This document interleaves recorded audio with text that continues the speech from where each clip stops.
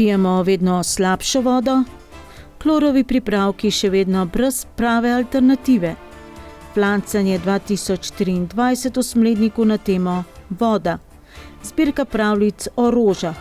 Matevž Ženin na prvi pogled. Turistična zveza Medvode za zgled ostalim. Pripravlja se nova strategija lokalnega razvoja. Območno srečanje folklornih skupin v Sori. Dober večer in lepo pozdravljeni v popraznični oddaji. Velikonočne praznike je marsikdo izkoristil tudi za prvi skok na morje ali celo za dopust v kakšni od bolj oddaljenih destinacij in se soočil z dejstvom, da voda iz pipe doma ni več pitna. No, podobno zgodbo, da je voda neskladna s predpisi ali pa da jo primanjkuje, smo v lanskem letu občasno slišali tudi v naših Polhograjcih. Tisti, ki spremljate naše informativne oddaje, ste najbrž večkrat slišali vsestransko aktivnega občana Vladimirja Bertonclja, kako je potrebno v naše Polhograjce vstopati v copatih, zato da bi varovali naše največje bogastvo, pitno vodo. Spomnimo najprej, kdo upravlja s pitno vodo v naši občini. Dobro leto dni 7 javnimi vodovodi, med njimi tudi z največjim vodovodnim sistemom Medvode, upravlja Ljubljanski holding oziroma javno podjetje Voka Snaga. Le z javnim vodovodnim sistemom Smlednik še naprej upravlja javno podjetje Komunala Kranj. Ta po pogodbi skrbi tudi za 3 nekdanje vaške vodovodne sisteme, ki jih sicer po novem upravlja občina Medvode oziroma režijski obrat. S preostalimi 4 vaškimi vodovodnimi sistemi pa upravljajo lokalna društva oziroma javni zavodi, za nekatere ostale manjše pa še vedno skrbijo kar uporabniki sami. Analiza vode v 7 vaških vodovodih, torej v tistih, kjer po naročilu občine Medvode analizo upravlja Nacionalni laboratorij za zdravje, okolje in hrano, kažejo, da je bilo v lanskem letu le 55% vzorcev vzetih za mikrobiološko preskušanje skladnih s pravilnikom. Leto poprej jih je bilo skladnih skoraj 78%, v preteklosti pa se je žal zgodilo tudi, da le tretjina. V 4 vaških vodovodnih sistemih so lansko leto zato uvedli stalno dezinfekcijo z natrijevim hipokloritom. V vaškem vodovodnem sistemu Mamovec-Tehovec, vaškem vodovodnem sistemu Trnovec-Govejk, s katerim sicer upravlja Ekodruštvo Trnovec, v vaškem vodovodnem sistemu Žlebe-Jeterbenk in vaškem vodovodnem sistemu Žlebe-Seničica za del naselja Žlebe, za katerega že sicer velja stalen ukrep prekuhavanja vode. Statistika je še slabša za vaški vodovodni sistem, s katerim povsem samostojno upravlja Ekodruštvo Seničica, saj so bili od 10 odvzetih vzorcev v lanskem letu skladni le 3. Problem je bil sicer le rahlo presežene količine koliformnih bakterij, kljub temu pa so začasno uvedli ukrep prekuhavanja vode v prehrambene namene. Ta ukrep že leta velja tudi za vodovodni sistem Golobrdo-Polena, s katerim upravlja režijski obrat. Analize vode v nekdaj največjem vaškem vodovodnem sistemu Golobrdo-Hrib pa so nekaj boljše, vendar se voda že dobri 2 leti pripravlja z natrijevim hipokloritom. Voda se s klorovimi pripravki zadnja leta občasno pripravlja tudi v javnih vodovodih, s katerim upravlja javno podjetje Voka Snaga. Od konca lanskega leta tudi v največjem vodovodnem sistemu Medvode. Podatke za leto 2022 lahko preverite na njihovi spletni strani pod zavitkom Kakšno vodo pijemo. Glede na rezultate analiz vode bi lahko zaključili, da trenutno najboljšo vodo pijejo v vodovodnem sistemu Smlednik, ki je vezan na kranjsko vodo, saj so bili vsi odvzeti vzorci, tako za mikrobiološko kot fizikalno-kemijsko preverjanje v lanskem letu skladni s pravilnikom. Je bilo pa vzorcev vzetih bistveno manj kot v prej omenjenih primerih. Res pa je tudi, da so bile lansko leto razmere dokaj specifične. Suša, pomanjkanje vode, znižanje nivoja podtalnice, kar je vse vplivalo na kvaliteto vode iz naše pipe. Kaj pomeni oskrba z zdravo pitno vodo? Kaj za naše zdravje pomenijo bakterije v pitni vodi, poleg dobrih, predvsem škodljive, celo fekalne bakterije? In kakšen je rezultat, ko na drugo stran tehtnice damo še pripravo vode s klorovimi pripravki? O tem zdravnikom in direktorjem zdravstvenega doma Medvode, Rajkom Vajdom. Običajno je problem neskladnosti vzorcev pitne vode s pravilnikom povišana vrednost koliformnih bakterij, se pa v vaških vodovodnih sistemih znajdejo tudi fekalne bakterije, enterokoki in bakterije Escherichia coli. Če so prisotne v vodi, lahko povzročajo seveda zdravstvene težave, od blagih vročin, blagega črvinčenja do vročinskih stanj, driske, bolečin v trebuhu, gre za neko zastrupitev z vodo, v bistvu s hrano. Ima lahko mogoče tudi kakšne dolgoročne posledice? Sama okužba z bakterijami v prebavilih je bolj akutna, torej bolj nenadno nastala, omejena s časom, zaradi tega, ker je treba dati normalni črevesni flori čas, da premaga te patogene bakterije. V večini primerov na dolgi rok ni težav, je pa epidemiološko problem, če seveda pride do zajetja oziroma če pride do razširjenja v določenem področju, da lahko pride pač do večjega števila okuženih in seveda večje obolevnosti v dejanskem času, takrat, ko pride do okuženja tistega vodovoda ali pa vodnega vira. Kot že rečeno, so upravljavci vodovodnih sistemov v lanskem letu začeli z dezinfekcijo vode z natrijevim hipokloritom tudi v tistih vodovodnih sistemih, kjer se doslej priprava vode ni izvajala. Hkrati pa je problematiko uporabe klorovih pripravkov in njegovo morebitno rakotvornost večkrat doslej izpostavil Dragan Đukić. Vajdu ta ukrep seveda, če se izvaja v dovoljenih mejah, ne dvomi. Kloriranje je pomembno, to je predvsem v zajetih ali pa pač v vodnih virih, predvsem zaradi tega, ker je to zdaj že več kot stoletje uporabljena metoda za dezinfekcijo vode z zelo majhnimi količinami klora. Povzročimo uničenje bakterij, patogenih bakterij v vodi, s tem seveda za populacijo oziroma za občane, krajane in pa tisto prebivalce področja, iz katerega se ta del napaja, preprečimo, da pride do resnih okužb, ker veste, da v zgodovini smo imeli tudi takšne in drugačne bolezni, ki so bile prenešene z vodo, od koler, kuk in vseh ostalih, ki so bile možno, večjih okužb s salmonelo in so lahko te zadeve smrtne tudi za posameznika. Kot rečeno, gre za svetovno metodo po celem svetu od 19. stoletja, na kak način preprečujemo, da pride do razširjanja epidemij, bolezni povzročenih z fekalno oziroma z umazano vodo. Dejstvo sicer je, kot še navaja Vajd, da vsaka kemična snov vpliva na naše telo, bodi si pozitivno, lahko pa tudi kot strup. Tudi klor v visokih koncentracijah. Je močan oksidant, belilo in dezinfekcijsko sredstvo. Omenili smo že, da pri sami vodi gre za zelo nizke koncentracije. Seveda se zastavljajo epidemiološka vprašanja, ali dolgotrajna izpostavljenost tudi nizkim koncentracijam klora je rakotvorna. Zdaj direktne študije samo omenih, ki so se pač v teh zadnjih stoletjih seveda zgodile ob sumih na to, niso dokazali direktnega za te koncentracije. Dokazano pa je, da klor lahko v večjih količinah ob v večjih količinah zaužite v telo lahko povzroča tudi raka. Predvsem ste tudi tukaj dva raka, torej rak debelega črevesa in pa mehurja. Ampak v zadnjih stoletju uporabe tega, ta dva raka nista direktno v porastu samo zaradi tega, ampak tudi zaradi drugih stvari v našem življenju, tako da direktne povezave ni. Tudi raziskave, ki so ugotavljale izpostavljenost večjim količinam klorovih pripravkov pri dezinfekciji bazenov v primeru športnih plavalcev, niso dokazali tolikšne povezanosti med izpostavljenosti kloru in raku, da bi dezinfekcijo bazenov opravljali s kakšnim drugim pripravkom. Nobena študija do danes ni direktno dokazala tako hude povezave z rakom debelega črevesa pa mehurja, da bi bilo treba kloriranje bazenov, ki v večjih koncentracijah ali vodostajov, to preprečiti. Edina prava alternativa zaenkrat torej je skrbno ravnanje z obstoječimi viri in iskanje novih neoporečnih virov pitne vode, pa tudi varčevanje z njo. Še ostajamo pri vodi. Ta bo namreč glavna tema tradicionalnega projekta Flancanje v Smledniku prihodnji vikend. Tokrat se obeta dvodnevno dogajanje. V petek 21. aprila zvečer projekcija dokumentarnega filma Zgodba Save in pogovor z enim od članov snemalne ekipe. V soboto 22. aprila popoldne, na dan zemlje, pa ponovno tradicionalna prireditev Flancanje.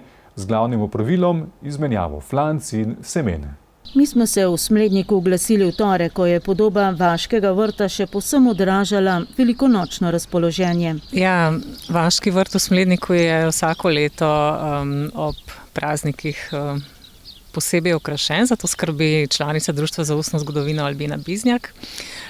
To je za Božič, pa potem za Veliko noč in pa jesenske dekoracije so zdaj že kar poznane in pritegnejo kar veliko obiskovalcev.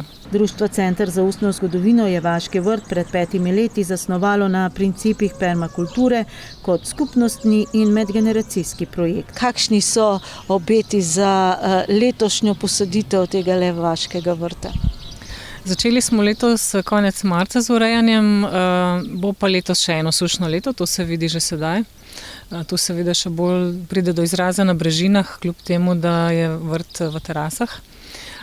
Tako da se že pripravljamo na take razmere. Tudi lani smo posadili nekaj novih rastlin, ki bolje prenašajo sušo, sicer pa bomo se prilagajali razmeram sproti. Glavna tema letošnjega dvodnevnega projekta Flancanje je že sicer voda. Ja, kdor ima vsaj en konec vrta, do kamor ne seže vodovodna cev, mislim, da ne rabi razlage, zakaj je voda aktualna tema.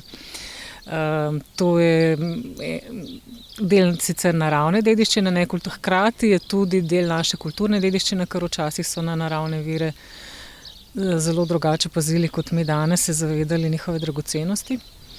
In voda in rodovitna prst sta dve glavni dragocenosti, ki jih bi sedaj morali čuvati v bistvu še bolj. Tako da letošnje flancanje bo v celoti zaznamovano s to temo.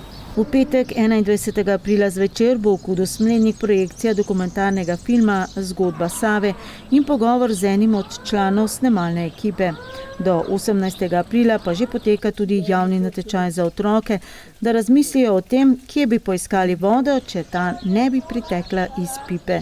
Kdor želi sodelovati na nagradnem natečaju, ki bo svoj epilog dobil na prireditvi, mora v svoji okolici poiskati vodna vira, ju fotografirati ali narisati in opremiti s pomembnimi podatki. Delno ga je navdihnila, v bistvu so rezultati lanskega kviza, v katerem je bilo eno od vprašanj, kako se imenuje reka, ki teče mimo Smlednika, na kar niso vsi vedeli odgovora. To je nas presenetilo, posebej nekatere naše starejše prostovoljce je to kar malo presunilo. Zato smo se odločili, da jih letos malo spodbudimo, da so bolj pozorni na svojo okolico, na naravne vire v naši okolici in v bistvu pa ta tema, kje je voda v tvoji okolici, se povezuje tudi s predvečerom flancanja, ki bo projekcija dokumentarnega filma Zgodba Save. In če bi rekli, vodni viri v okolici tukaj, kjer sedaj stojimo, so poleg reke Save tam doli? Ostanek starega vaškega vodovoda, ki je lepo obnovljen, vodno korito, ki je vsem dostopno. Potem so pa tudi res naravni, izvirni vodni viri, tukaj pod hribom Brezovec, pod hribom Stari grad, tako da kdor opazuje, kdor hodi okoli z odprtimi očmi, jih lahko najde. Sprehodili smo se do vodnega korita Pater, ki je še danes delujoči ostanek vodovoda, zgrajenega leta 1925 za del vasi Smlednik. Na Patrih je bil dovoljen ne le odvzem pitne vode, ampak tudi pranje perila in napajanje živine. Projekt Flancanje sicer poteka vse od leta 2004, gre za poustvarjanje polpretekle zgodovine, ko so krajani vse do leta 1954 na brežinah reke Save, na gredicah, na plančnikih gojili sadike domače zelenjave in jo med sabo tudi izmenjevali skupaj z izkušnjami. Le leta 2020 je obujanje flancanja zaradi koronavirusne situacije odpadlo oziroma je potekalo na drugačen način. Letos pa se po 3 letih ponovno obeta tudi običajna sobotna prireditev na trgu Svetega Urha. Nekako ste povabili k sodelovanju, tako kot vedno, tudi ostale krajane. Kaj ne bi počeli v tem obdobju do flancanja? Predvsem poskušali vzgojiti domače flance. Letos je flancanje sicer malo bolj zgodaj, kot je bilo prejšnje leta, tako da nekateri so bili malo skeptični, kaj pa bo, ampak kako pa bomo pridelali paradižnik. Paradižnik je najbolj zanimiva vrtnina zadnja leta. Za paradižnike je seveda še malce zgodaj, bodo pač malo manjši, mogoče jih bo malo manj.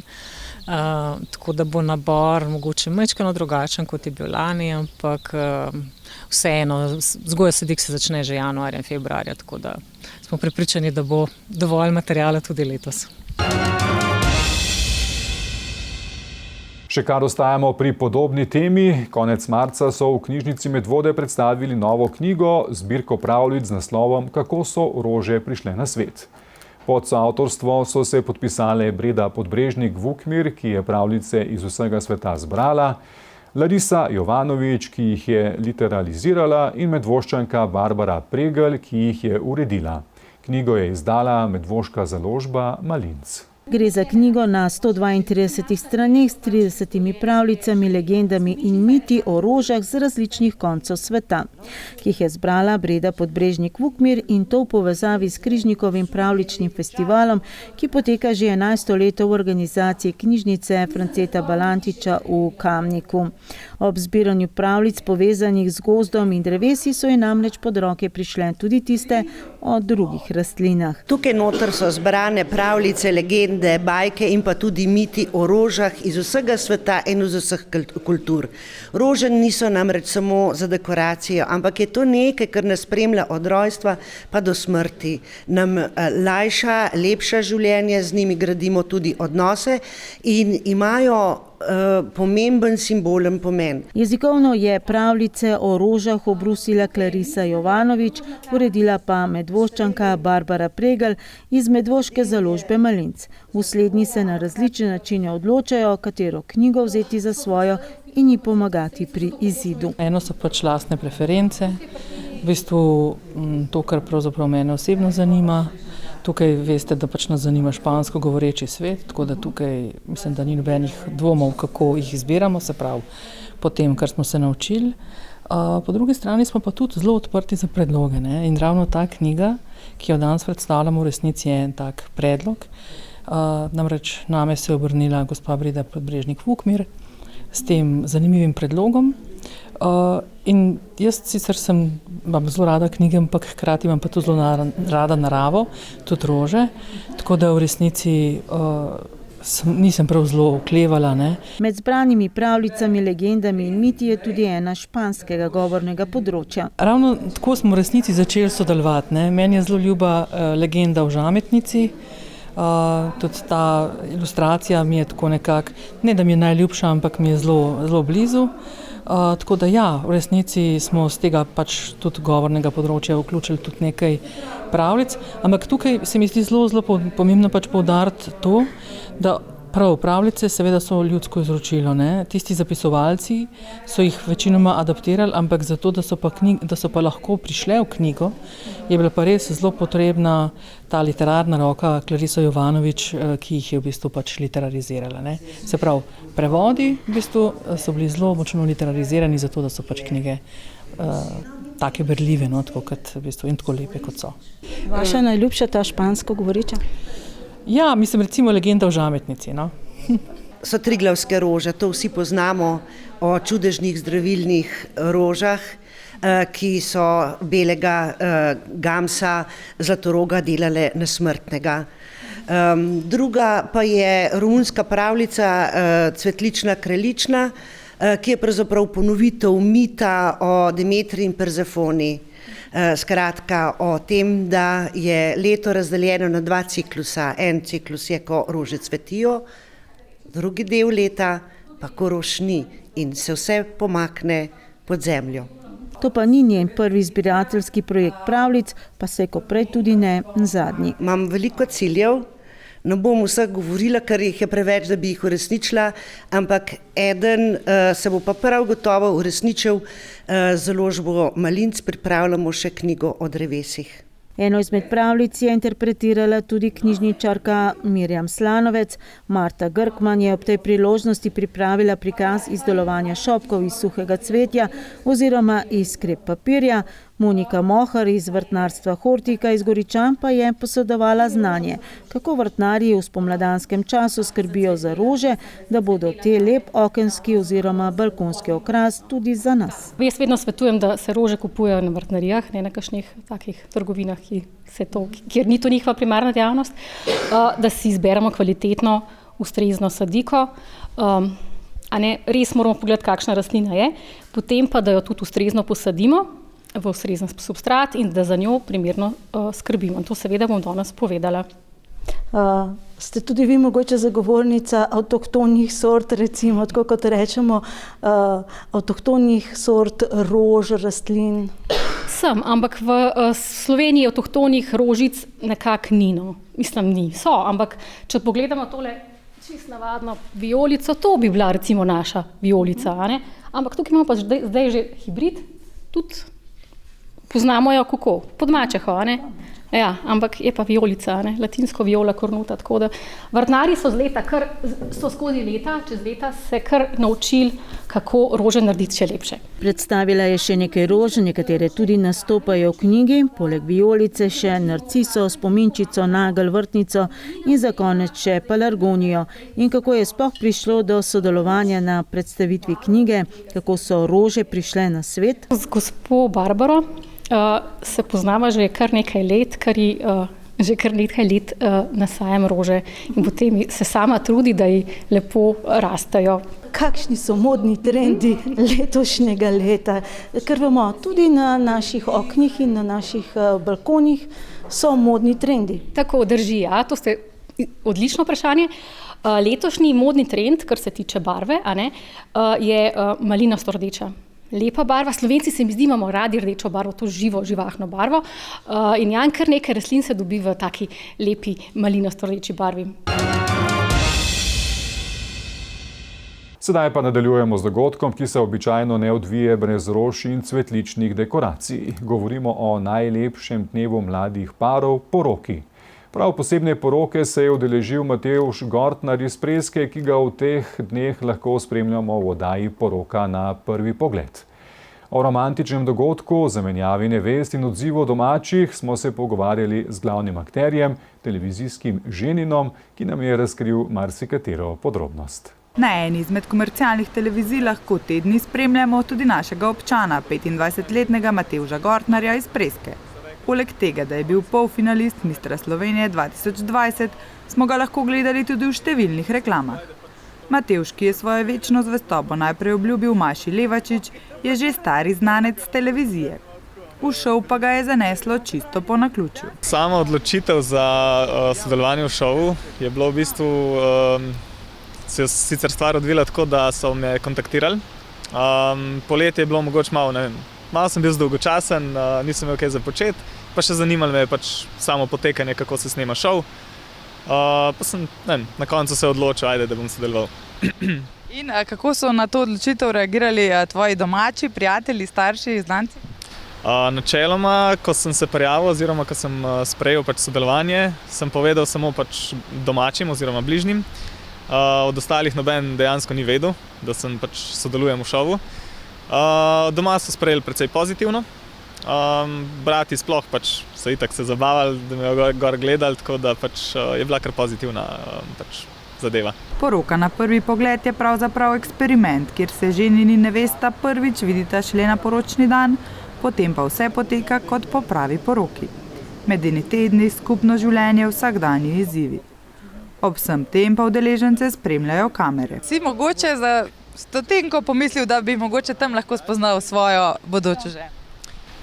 Iskreno tako bom rekel, da nekako mala verjetnost je, da bi se to res lahko odvil, zato ker pač je načeloma na slepo zadeva. Ampak jaz bom tako rekel, vedno sem odprtih rok. Nikoli ne veš, kje lahko koga spoznaš, pač dejansko se lahko na nepričakovanem placu spoznaš z nekom in ujameš. Tako da povsod je v bistvu neka verjetnost, da spoznaš tistega, ta pravega. Njegova prva nevesta Maša pa žal ni bila tista prava, zato so med oddajo zamenjali oziroma premešali dva para in Matevž je dobil drugo priložnost za ljubezen na prvi pogled. Kako je prišlo do te menjave žena? Sprvo se niste ravno najbolj ujela. Ja, dejansko pač prišlo je do zamenjave tudi. Razlog za to je bil, ker pari se med sabo, oziroma te specifični pari, ki smo se zamenjali, se nismo dejansko nekaj preveč ujeli. Mogoče v samem šovu izgledali pač malo bolj hudo, kot je bilo v resnici. Skregani dejansko nismo, ampak pač nekako se nismo poklopili, nismo se znali pač ujeti, tako da je že moglo tako biti. No. Kako pa strokovnjaki sploh določijo, koga poparčkati s kom, kakšne preizkuse ste morali prestati? Načeloma vsak udeleženec je šel čez psihološke teste. Se pravi, pač so ti dali različne naloge, ki si jih pač mogel rešiti, oziroma vprašanja, preko katerih so te v bistvu nekako oni spoznali. In posledično so v bistvu tudi pač iz vseh nekih rezultatov so pač probali ujeti tiste pare, ki bi se mogoče najbolj ujeli skupaj. In pač ja, videli, kaj bo, ne. In kako jim je to po tvojem mnenju uspelo? So bili pri kakšnem uspešni? Zdi se mi, da so bili pri Vlasti in Roku kar uspešni. Itak lahko tudi sami spremljate, ne, tako da pač dejansko tam se vidi, pač, da je pač bila ta zadeva res lepo ujeta. Se pa mogoče tudi razviješ v kakšnemu drugemu paru, ne. To pa se puste presenetiti. Snemanje oddaje je bilo za vse udeležence zelo zanimiva izkušnja, kjer so si pridobili kar nekaj izkušenj za nadaljne življenje in delovanje v odnosih. Čeprav razpleta oddaje še ne sme razkriti, pa smo našega sogovornika povprašali o morebitnih ženitnih ponudbah. To bom rekel, da v bistvu kar dobim kakšno ponudbo, sem pa tja, tudi pač več ali manj pozitivne. Dejansko nisem dobil še negativne stvari. Pač ljudje dejansko uživajo v gledanju, povejo kaj lepega, povejo, da radi gledajo. Ti pač nekako, mislim, lepo je slišati take zadeve. Sem pa dobil tudi kakšno ženitveno ponudbo, ja, priznam. Kakšni pa so zdaj mogoče tvoji načrti za naprej? Te bomo še lahko kje spremljali, se boš prej si omenil, da študiraš. S čim se ukvarjaš trenutno? Trenutno v bistvu študiram na fakulteti za dizajn, smer notranja oprema. Namen je v bistvu, da še to leto diplomiram. Če bo vse po sreč in bo diploma uspešna, bi šel še naprej na magisterij. Se pa v bistvu rad tudi pač občasno sodelujem v kakšnem drugem snemanju. Precej sem snemal tudi že reklame, pojavljam se tudi v kakšni seriji. Pač ne vem, mogoče kot v kakšni smeri modelinga tudi za zraven. Razplet oddaje bo vsekakor zanimiv. Samo Matevž in njegova Meri pa vesta, kako se je razpletlo. Za gledalce pa je končni rezultat zaenkrat zavit v tančico skrivnosti. Poroke so znale biti tudi sestavni del turistične ponudbe. Turistična zveza Medvode je včeraj zvečer opravila že svojo 22. letno skupščino. Na njej so predstavniki 8 turističnih društev obravnavali delovanje v preteklem letu in sprejeli načrt za letošnjega. Za uspešno delovanje jih je v svojem nagovoru pohvalil tudi novi predsednik Turistične zveze Slovenije Dominik S. Černjak, ki je bil na to funkcijo izvoljen prejšnji mesec ravno v naši občini. Turistična zveza Medvode je lansko leto praznovala 20-letnico, kar je bil lani največji dogodek v njihovi organizaciji. Na slovesnosti so izpostavili izjemno plodno prehojeno pot in dosežke, ki so zaznamovali delovanje zveze. Kot je povedala dolgoletna predsednica zveze Vanja Ročniškar, pa je tisto, kar jo najbolj navdušuje to, da je zveza sestavljena iz izjemnih društev, ki jih vodijo zagnani predsedniki.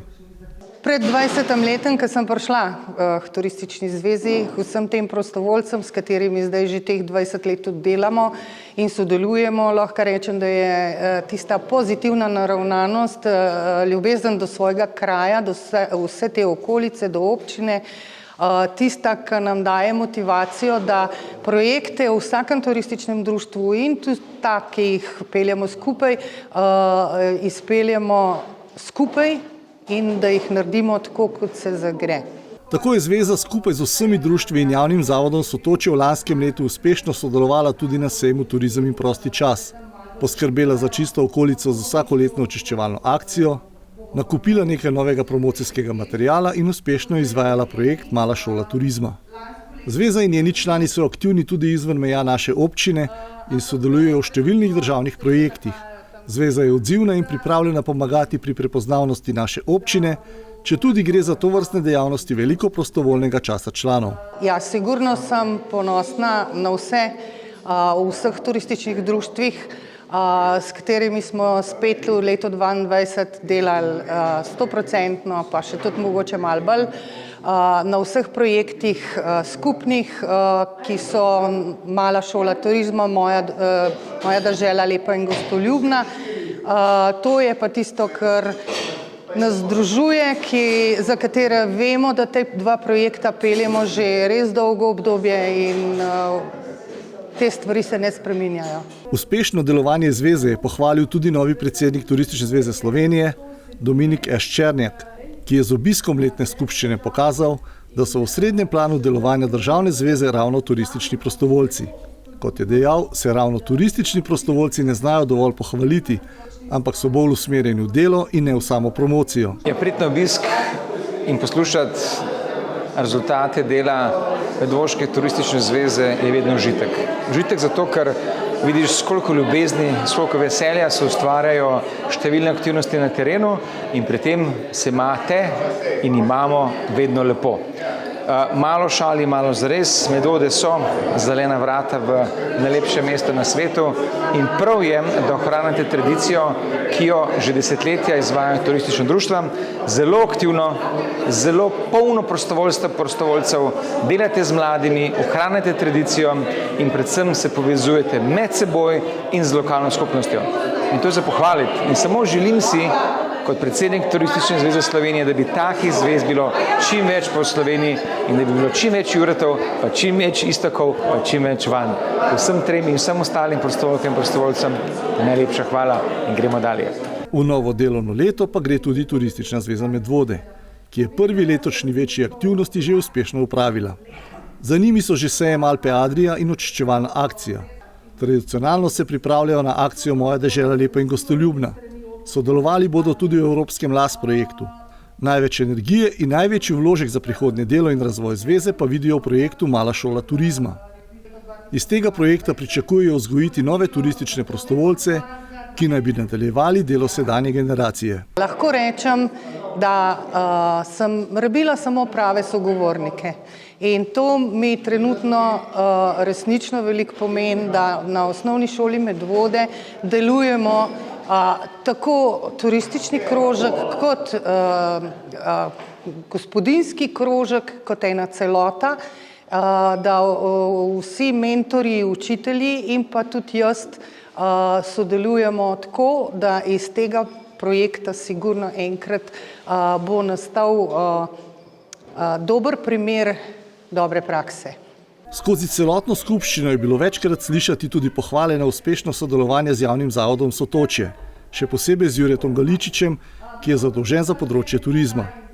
Tako je kot edina slaba novica na skupščini bilo povedano, da Jure službeno odhaja iz Medvod in bo svoje delo nadaljeval v Turizmu Ljubljana. Ja, jaz sem mu zaželela res srečno pot, ker mu to tudi želim, da se v bistvu na novem delovnem mestu, to se pravi v turizmu v Ljubljani, ali kako bi rekla, na tem področju, kjer bo deloval, da se dobro počuti. Sigurno mu ne bo nikoli tako dobro, kot mu je bilo v Medvodah, tudi to sem mu rekla. In za tem stojim, ker jaz mislim, da v Medvodah smo res drugače povezani, kot mogoče nekje drugje. Mislim pa, da imamo vso srečo, da gre na Turizem Ljubljana, da bomo še bolj tudi Medvode lahko vezane na Ljubljano in naredili kakšen dober projekt skupaj. Tako bodo morebiti še bolj aktivno pristopili k udejanjenju medvoškega turističnega slogana Medvode, zelena vrata prestolnice. Turistična zveza Medvode je tudi članica lokalne akcijske skupine za mesto in vas. Sredi februarja je njen upravni odbor obravnaval pogodbo o delovanju te akcijske skupine v naslednjem programskem obdobju vse do leta 2027. Sledil je slovesni podpis partnerske pogodbe strani županov 6 občin, ki so vključene v lokalno akcijsko skupino in regionalne razvojne agencije Ljubljanske razvojne regije, ki je še naprej vodilni partner. Na seji skupščine je bila s člani skupine podpisana pogodba o delovanju, zdaj pa potekajo delavnice za pripravo nove strategije lokalnega razvoja. Ena takih je bila včeraj tudi v občini Medvode. Več o tem prihodnjič, danes pa le nekaj pojasnil. Lokalna akcijska skupina za mesto in vas, ki je bila ustanovljena leta 2015 z namenom, da črpa evropska sredstva, združuje javne in zasebne organizacije ter posameznike na območju 6 občin: Domžal, Komende, Mengša, Trzina, Vodic in seveda občine Medvode. Teh je trenutno 57, največ prav iz naše občine. Ustanovitev lokalne akcijske skupine je bila predpogoj za črpanje evropskih sredstev, bodisi iz Evropskega sklada za regionalni razvoj ali Evropskega kmetijskega sklada. Do leta 2023 je bilo za sofinansiranje projektov, ki so bili v skladu s strategijo lokalne akcijske skupine, v vseh 6 občinah predviden po 2 milijon evrov.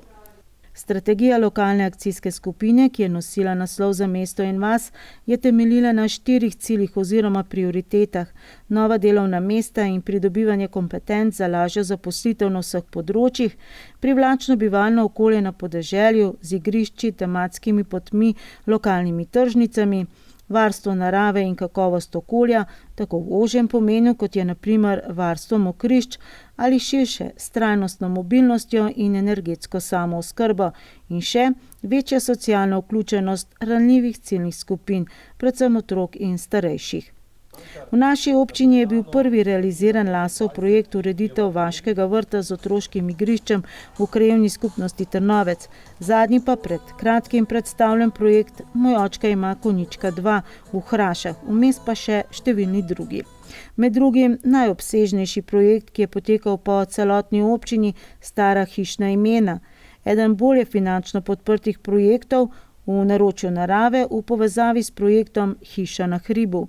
Zgodbe naših mokrišč s postavitvijo opazovalnice v Hrašah, ureditev urbanega vrtnarjenja na Svetju, ustvarjalnice društva Barka, babi servis za varstvo otrok, izdelava 3 kompletov Smleške noše, obnova zvonika Svete Marjete v projektu Jetrbenki in Svetni pomniki, ter nenazadnje projekta Prostofer in Lokalno je zdravo, ki se nadaljujeta tudi po zaključenem sofinansiranju strani Evropskega sklada. Kot rečeno, pa se v teh dneh po občinah vrstijo delavnice za pripravo nove strategije lokalnega razvoja do leta 2027 z novimi cilji, usklajenimi s pričakovanji obeh evropskih skladov in novimi idejami za projekte. Nekaj zanimivih so udeleženci zapisali tudi včeraj na prvi medvoški delavnici. Kot že rečeno, več o včerajšnji delavnici v prihodnji oddaji. Po proračunski seji je občina objavila 7 javnih razpisov z področja družbenih dejavnosti, s katerimi podpira predvsem projekte in programe nevladnih organizacij oziroma društva prostovoljcev. Razdelili bodo dobrih 445 tisoč evrov oziroma 6% več kot lani. Razpisni roki so različni od 24. aprila do 8. maja. Vsi pridni študenti, ki ste v lanskem letu diplomirali, magistrirali ali doktorirali, pa imate čas do 5. maja, da posredujete vlogo za dodelitev nagrade, ki vam pripada, če seveda izpolnjujete vse predpisane pogoje. Dolgujemo vam še poročilo z območnega srečanja otroških folklornih skupin Komlinček-Ropoče 2023, ki se je odvijalo v četrtek 16. marca v domu krajanov Sora. Predstavilo se je 5 folklornih skupin, od tega kar 2 domačega društva Kut Oton Župančič Sora. Srečanje je strokovno spremljala Hana Brezovnik. Marca so se na Sorškem odru ponovno srečali najmlajši folkloristi v regiji na tradicionalnem srečanju otroških folklornih skupin z območja okolice Ljubljane, poimenovanem Komlinček-Ropoče. Javni sklad za kulturne dejavnosti Republike Slovenije tovrstna srečanja organizira z namenom prikazati in spodbujati otroško folklorno produkcijo v slovenskem prostoru. In marca nas je v bosonoge čase popeljalo 5 skupin, ki delujejo v okviru šol ali društev na območju 9 občin pod okriljem JSKD Ljubljana okolica. Območna srečanja JSKD so predvsem namenjena temu, da se nekako skupine predstavijo, da tudi v primeru, da recimo potrebujejo kakršnokoli pomoč, da jim lahko JSKD nudi neko oporo in da jim tudi lahko pomaga pri nekih stvarih, recimo kako se stvar izboljša, kaj bi se lahko še dodelalo, kako recimo bi lahko skupino vodili naprej in tako naprej. No? Srečanje pa je bilo tudi strokovno spremljano, na Nad prikazanim je bedelo pozorno oko Hane Brezovnik. 5 skupin se je danes predstavilo na odru, simpatičnih, luštnih, različnih, tako potem, kaj so uprizarjali kot po starosti in potem, kaj plešejo. Se mi zdi pa, da je bila ena zelo, zelo luštna prireditev. Verjamem, da jaz jo sicer opazujem še mečkam bolj, bom rekla tako, z strukturiranim očesom, ampak je bila res zelo simpatična za pogled in mislim, da vsi, ki so prišli, da definitivno niso bili razočarani, tudi če niso bili njihovi otroci med nastopajočimi. No. Je bilo zelo lepo. Na srečanju pa sta se predstavili tudi obe najmlajši skupini domačega društva, ki v letošnjem letu praznuje 50 let folklore, Kuda Oton Župančič Sora. Mlajša skupina združuje najmlajše, predšolske otroke in plesalce ter plesalke do 9 let starosti. Skupina se pod vodstvom Ane Barle spoznava z raznovrstnimi plesi, igrami in običaji. Ja, mi začnemo tako zelo počasi z ritmom, s krogom, s pozicijo na odru. Drža se itak še razvija, tako da to ne. Osnovne ritme, plese, igre, zbadljivke, tako da potem pa pridejo prvi nastopi, kako prijeti gor na oder, kako zapolniti prostor, kam se postaviti na odru, take stvari. In včasih nam gre bolje, včasih slabše. Ampak ja, se imamo pa vedno fletno in jaz mislim, da sploh ti zelo hitro posrkajo znanje, pa tudi mislim, da najbolj simpatični na odru. No. Starejšo otroško folklorno skupino danes sestavljajo plesalci in plesalke stari med 10 in 15 let, ki pa se na odru folklorno kalijo že od predšolskih let. Otroci pod vodstvom Lea Onufrija tako postopoma spoznavajo obsežno in bogato izročilo slovenskega etničnega prostora. Zadnji 2 leti raziskujejo izročilo pokrajin, ki so bolj oddaljene od njihovega domačega kraja, kot na primer tokrat Primorsko. Trenutno nismo preveč tekmovalno usmerjeni, predvsem ne po koroni, sploh ne starejšo otroško, ki je še precej manjša od ostalih skupin. Se predvsem sam trudimo držati otroke gor, pa da se spet navadijo odra, pa tega, da pač plešejo. Poleg navedenih v društvu trenutno deluje še mladinska skupina, skupaj torej okrog 50 plesalcev in plesalk. Zaradi bližajočega se praznovanja 50-letnice folklore v Sori pa se sestavljajo ponovno tudi starejše skupine. Njihove nastope pa bomo lahko videli na dvodnevnem jubilejnem koncertu 6. in 7. maja.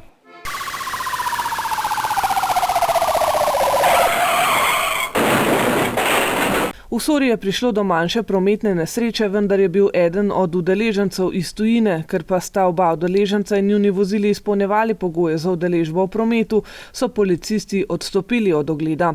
Policisti pa iščejo pobeglega voznika, ki je na enem od parkirišč poškodoval vozilo in po dejanju pobegnil s kraja nezgode. Tuja državljanka je, lahko rečemo tudi nekoliko drzno, od policista, ki je opravljal kontrolo pred trgovskim centrom, želela pridobiti prostovoljni prispevek. Policist je izvedel identifikacijski postopek in med drugim ugotovil, da oseba nima ustreznega dovoljenja za nabiranje prostovoljnih prispevkov izdanega strani upravne enote. Osebi so zato izrekli globo. Na domačiji na Tehovcu je pri opravilu na kmetiji prišlo do nesreče in poškodbe. Na kraj dogodka so bili poklicani reševalci, ki so poškodovanemu nudili pomoč.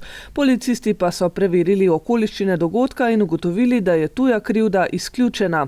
Med ogledom tega dogodka in zbiranjem obvestil pa se je v neposredni bližini v gozdu pri spravilu lesa zgodila še ena nesreča. Tudi v tem primeru so poškodovanemu pomoč nudili reševalci. Policisti pa sedaj zbirajo obvestila o dogodku, o katerem bodo potem poročali tožilstvu v Ljubljani. Tako kot prejšnji teden vas še enkrat opozarjamo na previdnost pri spletnem nakupovanju in pozivamo, da si preberete opozorila na spletni strani varninainternetu.si. Na Facebook strani Policijska uprava Ljubljana pa lahko spremljate delo policistov in njihova obvestila in opozorila. Gledali ste četrtkovo informativno oddajo, prijeten večer vam želim še naprej in seveda nasvidenje do prihodnjič. Lep pozdrav!